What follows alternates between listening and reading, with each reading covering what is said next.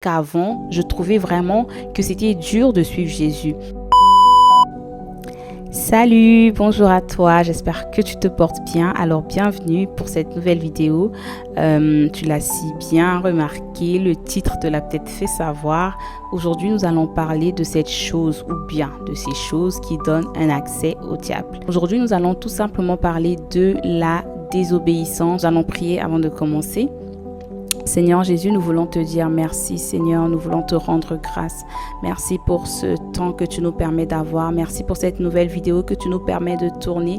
Précieux Saint-Esprit, nous nous attendons à toi. Précieux Saint-Esprit, dispose nos cœurs à recevoir ta pensée. Précieux Saint-Esprit, viens endommager l'ignorance et fais-nous rapprocher de toi encore par ta parole. Dans le nom de Jésus, Amen. Amen. Ok, alright. Donc la vidéo, comme tu l'as vu, voilà, ça parle de cette chose ou de ces choses qui donnent accès au diable.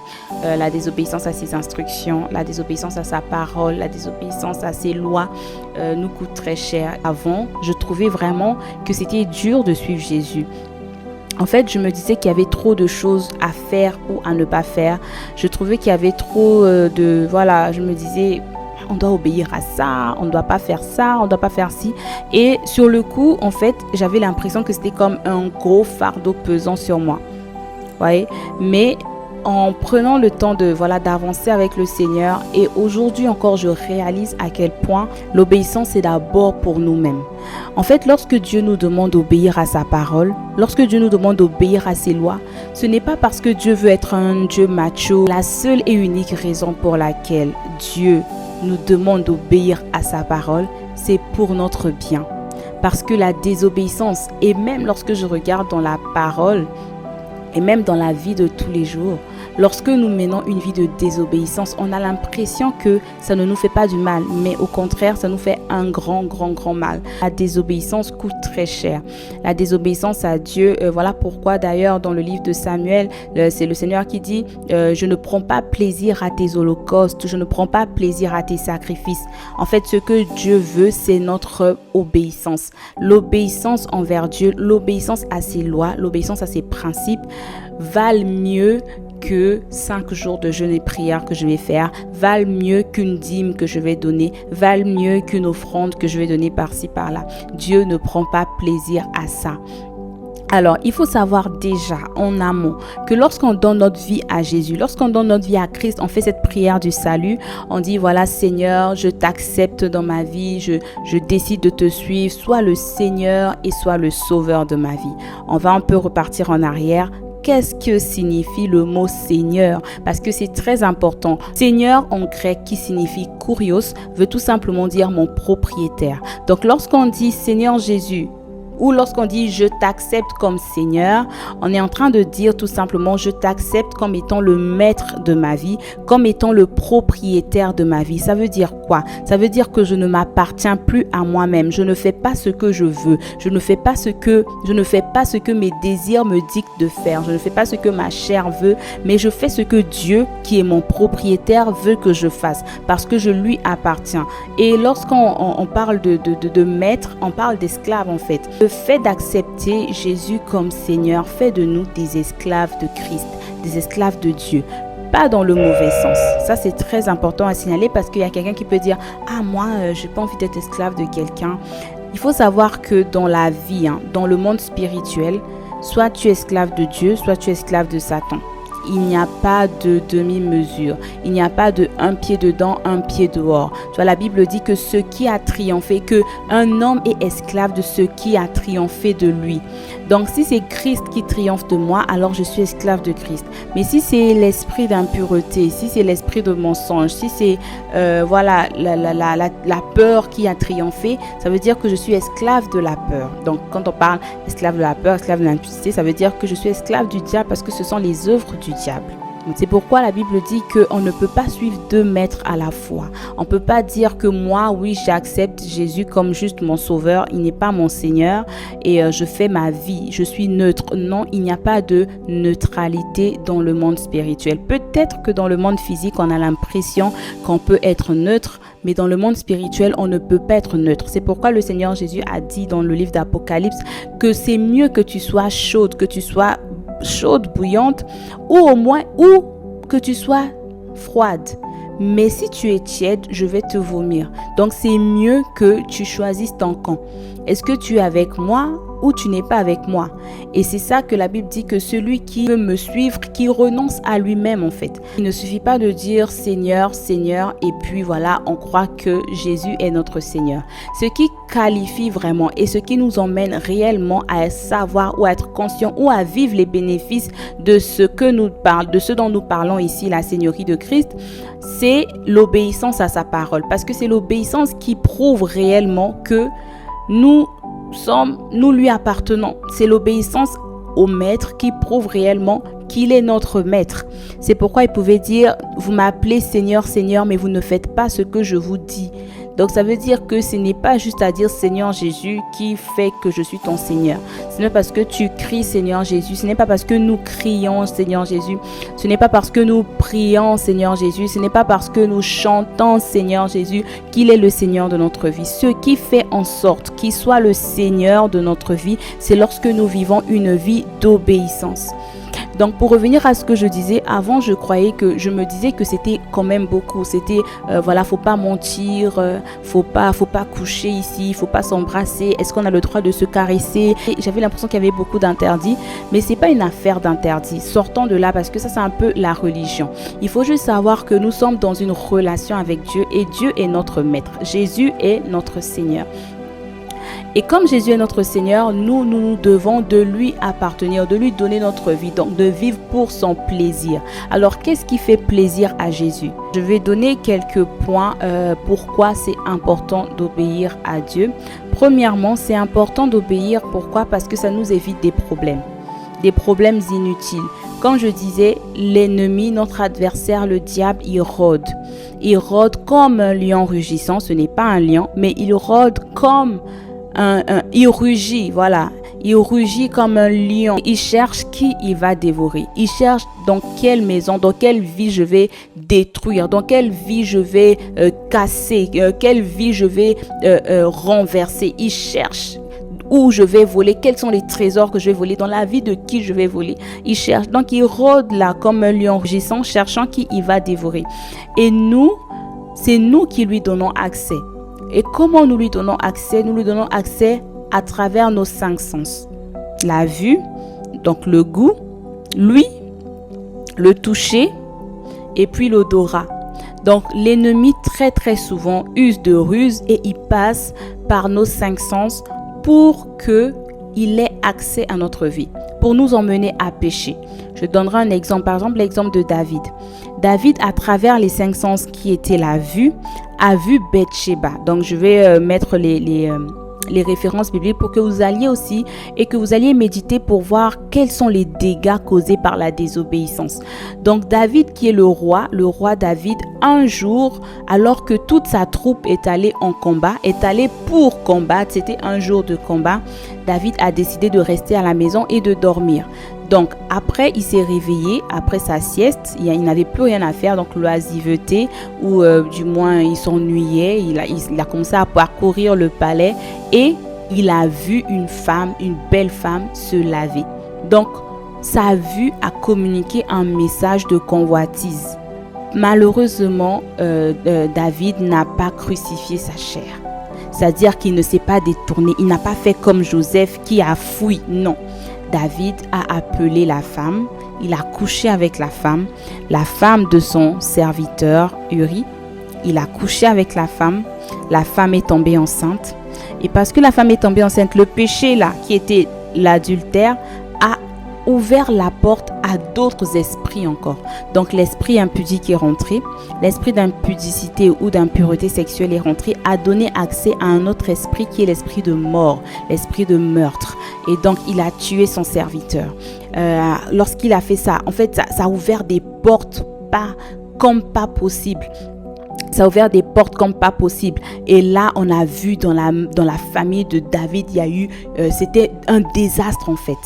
Juste le péché du sexe a ouvert la porte à la rébellion, parce qu'on voit comment son fils s'est rebellé contre lui, a ouvert la porte au viol. On voit comment le viol est rentré à une famille déstabilisée. Donc la famille, il n'y avait même plus de notion de famille, à la colère, l'amertume, à la mort de son fils. La famille de David était devenue en lambeaux.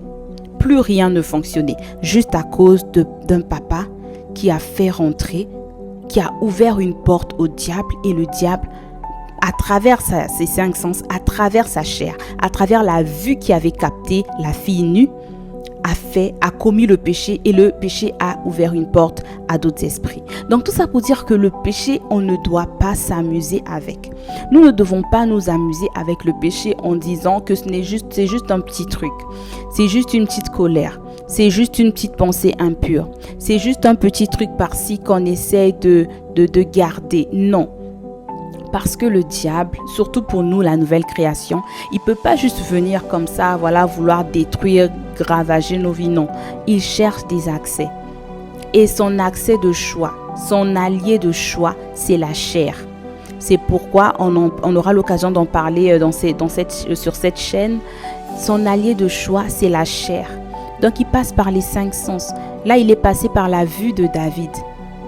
Certaines fois, il peut passer par l'odorat.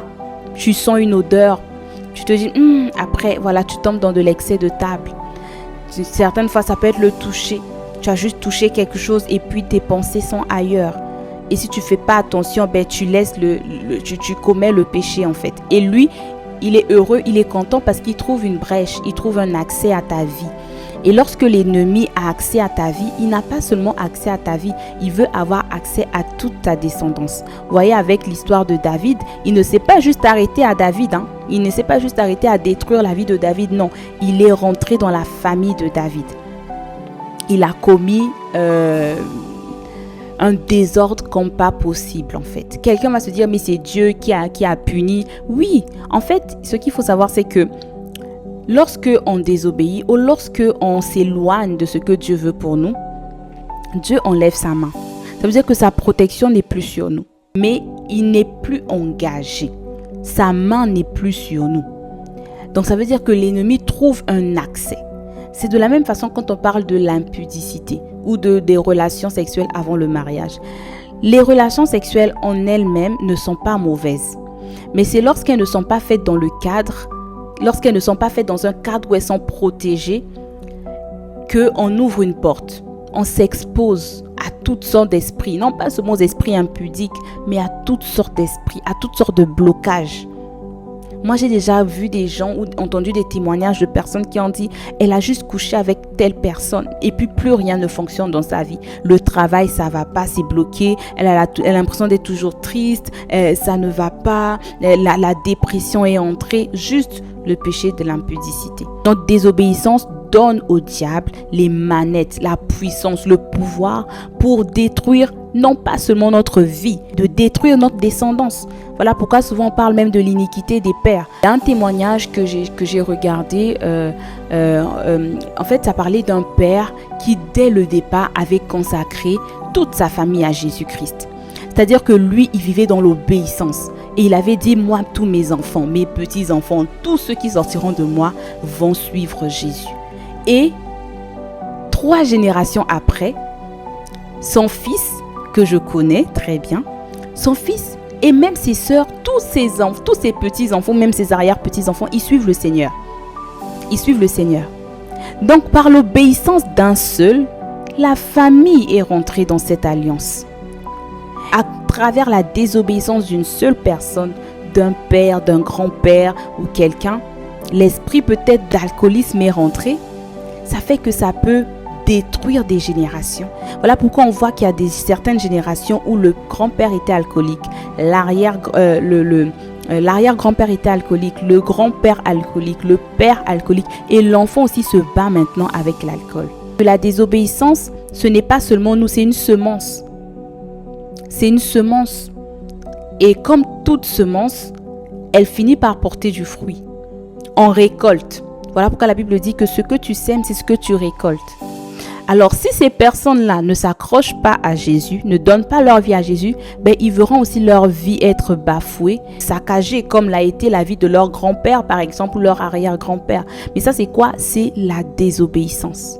Par notre obéissance à la parole de Dieu, Dieu bâtit nos vies. Par notre obéissance à la parole de Dieu, Dieu fait de nous des instruments pour sa gloire. Par notre obéissance à la parole de Dieu, Dieu fait de nous des terrasseurs de l'ennemi. Et l'une des choses qui est importante aussi, c'est de savoir qu'on peut dominer le péché. On peut dominer. Il y a quelque chose que, je ne sais pas si vous la connaissez, elle s'appelle Pasteur Juliana, qui dit souvent, elle dit que si déjà dans l'Ancien Testament, ceux qui marchaient avec Dieu avaient ce pouvoir-là et cette capacité-là quand même de pouvoir résister au péché, à l'exemple de Joseph. Joseph qui a fui devant la femme de Potiphar, il n'avait pas le Saint-Esprit en lui. À l'exemple de Caïn, lorsque Dieu lui a dit, voici le péché se couche, frappe à la porte de ton cœur, mais toi domine. Ça veut dire que Caïn avait la capacité de dominer sur la colère, avait la capacité de dominer sur cette colère-là qui le poussait. Mais il ne l'a pas fait. Il a laissé la colère l'emmener et il a commis un meurtre. Il a tué son frère. Et on voit les conséquences aussi de ce péché-là en fait. Donc ça veut dire que Dieu a donné à l'homme la capacité. Et nous, par-dessus tout, nous sommes la nouvelle création. Ça veut dire que nous sommes nés de nouveau. L'Esprit de Dieu est venu habiter en nous. Dieu, par son Esprit, est venu habiter en nous. Il a dit, j'enlèverai le cœur de pierre et je mettrai en vous le cœur de chair afin que vous pratiquiez ma parole. C'est ce qu'il a dit. Et le Saint-Esprit vient nous rendre capables de pratiquer la parole de Dieu. Nous sommes dans une saison où le Saint-Esprit est avec nous, le Saint-Esprit est sur nous par son onction et le Saint-Esprit est en nous aussi. Dans l'Ancien Testament, l'Esprit n'était pas en eux. Ils avaient l'Esprit avec eux, ils avaient l'Esprit sur eux, mais l'Esprit n'était pas en eux. Mais nous, nouvelle création, le Saint-Esprit habite en nous. Ça veut dire que nous avons la capacité de dominer. Lorsque quelqu'un dit « Ah, je ne peux pas m'arrêter de me masturber », ce n'est pas vrai. C'est une idée préconçue, c'est une forteresse que tu as acceptée, que l'ennemi, que les esprits méchants ont réussi à faire asseoir en toi. Mais ce n'est pas vrai. La vérité, c'est que tu as reçu la capacité de dominer sur le péché. Donc nous sommes investis d'un pouvoir, d'une autorité dont plusieurs n'ont pas conscience. Mais par la grâce de Dieu, je prie que le Seigneur nous fasse prendre conscience que nous ne sommes pas n'importe qui. Nous ne sommes pas n'importe qui. L'Esprit nous a donné la capacité de vivre dans la sainteté. Parce que de toutes les façons, il parle à nos cœurs. La Bible dit que c'est lui qui vient rendre témoignage. Il vient rendre témoignage à notre cœur que nous sommes enfants de Dieu. C'est la même façon qu'il vient rendre témoignage à nos cœurs aussi que ce que tu t'apprêtes à faire, I'm not with you. Je ne suis pas avec toi dans ça. Donc non. À nous maintenant, est-ce que nous allons entendre cette parole? Est-ce que nous allons obéir à cette voix-là de l'Esprit ou nous allons laisser nos cinq sens prendre le dessus?